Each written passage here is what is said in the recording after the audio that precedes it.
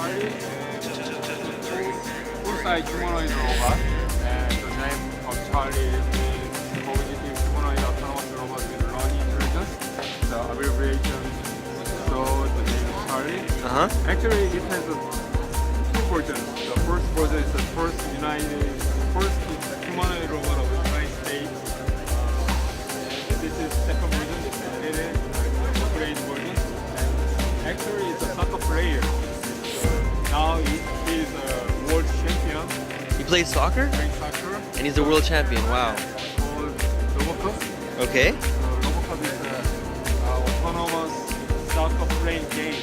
So it's huge and most big. It's the biggest competition in the world. Cool.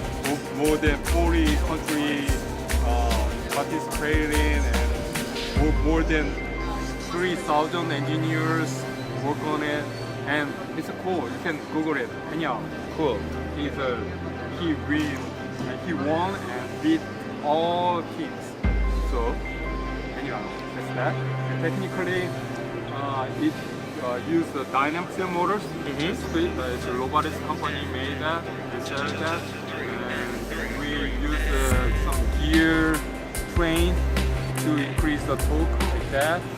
And we are using the micro train to measure the angle and measure the angular velocity, things like that. Yes. And it has a camera in here, so you can see the environment.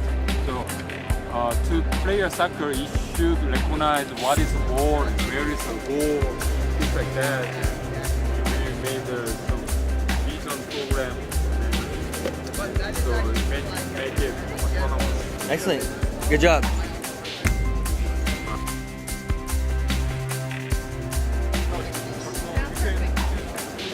Hi, these are robots. Their names are Darwin OP. Darwin stands for Dynamic Anthropomorphic Robot Intelligence. OP stands for Open Platform. This is a fully open source hardware and open source software robot that was developed at the National Science Foundation sponsored, and together with a company called Robotics from Korea and Purdue University and University of Pennsylvania. We're from Virginia Tech. So this is a small, fully autonomous humanoid robot for general research education. It has a high definition camera in the head, so it can do vision processing. In the chest, we have an inertial measurement unit, accelerometers, and rate gyros. And the main processor is Intel's Atom processor. I think it's 1.8 gigahertz. So generally, it's a generic single board computer, so you can run Linux, Windows, of course LabVIEW, C++, Lua, whatever language you want. If you can run it on a PC, you can install it into it. So all the hardware information is all online for free. The CAD files, how to build it, how to fabricate all the parts, how to assemble it, all the components are all listed for free. So you can build one yourself. A lot of other university students are actually building the Darwin OP. The material cost is about $6,000 to $7,000, but it's also you can buy it from a company. If you buy it, it costs about $12,000, but I think there's an educational discount. I'm not a part of the business. No problem. Thank you very much.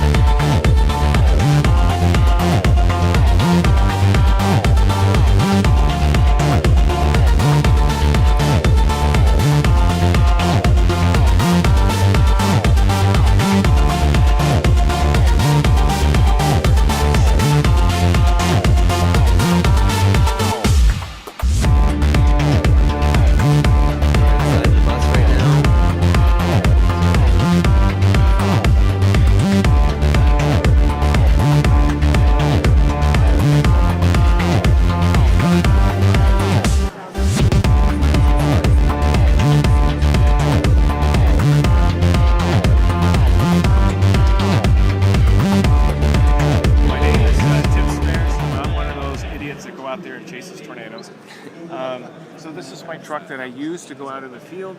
And what you see here is a vehicle that actually has a coating, a polymer coating, that's used to provide some hail resistance. On the roof is basically what we call a mobile measurement system. It records wind speed, direction, pressure, temperature, and relative humidity. We try to get it above the slipstream of the truck so we get the most accurate reading. In the back, we got a variety of UHF, VHF, UHF antennas for communications. In the back, that's the EWR 700 X-band Doppler radar, so we can collect Doppler radar in the field, collect storm structure and tornado velocities. In the far back is the instrument that I use to try to deploy in path of tornado to collect data, mainly wind speeds at different heights, temperature, humidity, and also acoustic data. This year, something really different. I want to collect acoustic data. I can't give you a strong scientific reason why, but I think there's some usefulness to understanding some of the audio species that go on inside of a tornado, and may help identify some of the stronger wind components inside the tornado that we may not be able to measure. Don't know if it's successful or not. It's just a theory. So certainly, you have to go out and prove the theory, and it's something that National Instruments allows me to do because they've got the equipment now that I can go out and do it. Namely, go on a continuous stream of 4 channels at 100 kilosamples per second, being able to stream data in phase with one another. So that to me is just incredible. I can let it run. It's still a hard drive. Thank you so much, sir. You bet.